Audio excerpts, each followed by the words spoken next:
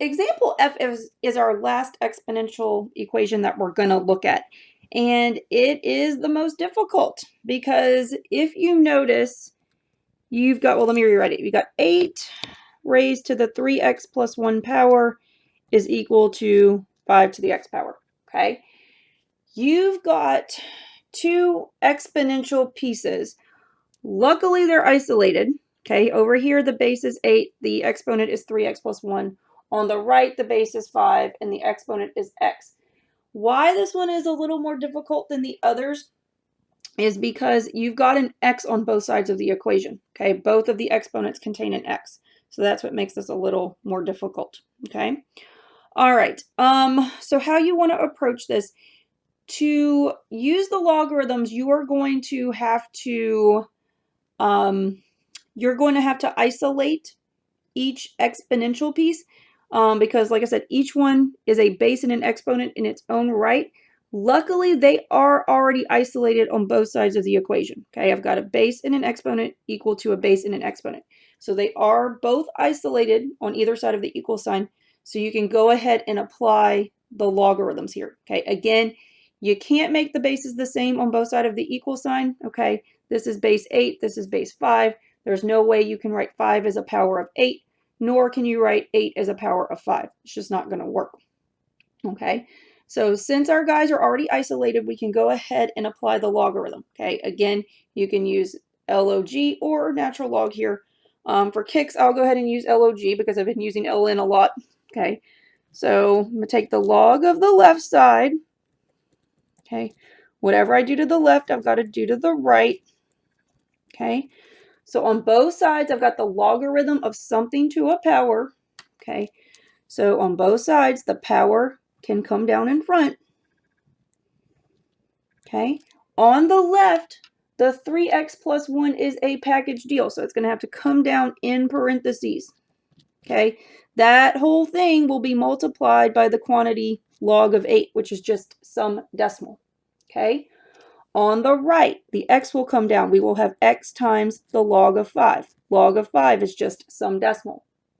Okay, so you want to get x by itself. Luckily, x has come out of the power. Okay, so we're going to have to get x by itself on one side of the equation, but you've got all these strange logarithms floating around. Okay, but again, you're going to treat log 8 and log 5 just like they're numbers because they are just numbers. Okay, all right, so this is how we're going to accomplish this. Okay, maybe your instinct tells you to distribute.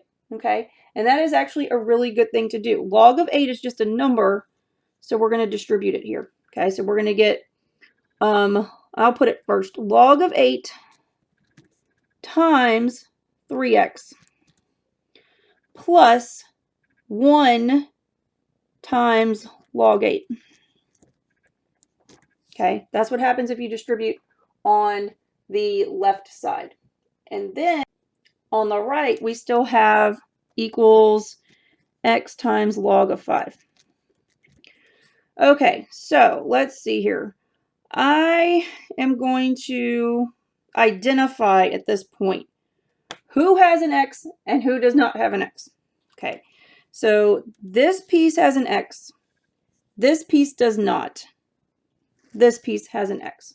Okay, since those guys have an x, I'm going to put them on the same side of the equation. Okay, and then the guy that does not have an x, I'm going to keep him isolated on the other side of the equation. Okay, so the easiest way for me to do this is to move this thing to the right side. Okay, then everything with an x will be on one side.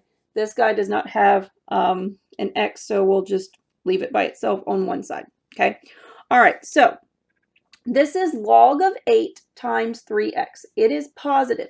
So to move it over, you need to subtract that whole quantity. Okay, so whatever you do to one side, you have to do to the other. So we're subtracting log of 8 times 3x. Okay, and remember, you can multiply in either order. You could also write this as 3x times the log of 8. Okay, all right, so over here, these guys cancel. Okay, and on the left, I'm left with the log of 8, which is just some decimal times 1. Anything times 1 is itself. So we're going to be left with the log of 8 is equal to, okay, I am going to write, okay, on the right side, I'm going to write everything with an x. I'm going to write the x first because you remember you can multiply in either order. We just said that. This is going to be x times the log of 5 minus, okay, I've got three things that I'm multiplying here. Log of 8, crazy decimal, times 3 times x, okay? I can multiply in any order. So I'm going to put x times 3 times the logarithm log of 8, okay? All right, so on the left, I have no x's. On the right, each piece separated by the subtraction. I've got one term here and one term here. Both of these contain an x.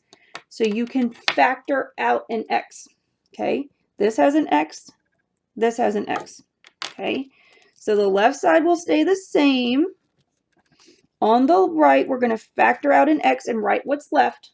We're left with log 5 minus 3 times log 8.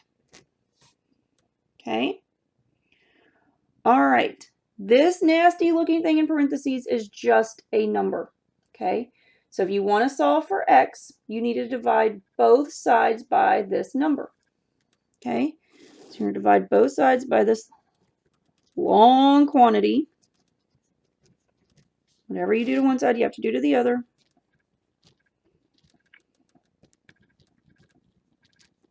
All right. And then this cancels with this. And so your exact answer, x is going to equal to the log of 8 divided by the log of 5 minus 3 times the log of 8. Okay, that is your exact answer, which is very long. Okay, this is a very, very long problem. Okay, yeah, that is what it is. It gets complicated when you have x on both sides of the equation. Okay, all right, that's my exact answer. Let me plug it in to get a decimal approximation. Okay, all right, so here we go. We're going to have, be careful here, okay? If you have an older calculator, you got to watch parentheses. This is going to be the log of 8, that's the numerator, divided by the whole denominator will have to go in parentheses. So I'm going to have parentheses log of 5, close the log, minus 3 times the log of 8. Close parentheses on the logarithm, close parentheses on the denominator. So this is how you would enter this in. Okay, hit enter. There's my decimal approximation. Okay, if we round it to 3 decimal places, it's going to be approximately negative 0.449. Okay.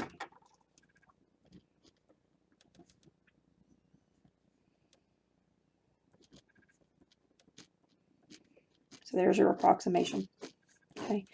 Like I said, this is a tough problem. I'm only going to do one example like this. Okay. You're more likely to see something like this in homework since it's such a tough problem. I don't think I would give you one on a test or even a quiz. But I just want, in case you encounter this in another class higher up, pre-cal, for example, I just wanted you to be exposed to this at least once before going on to that class. All right, that's the end of chapter 6. Yay!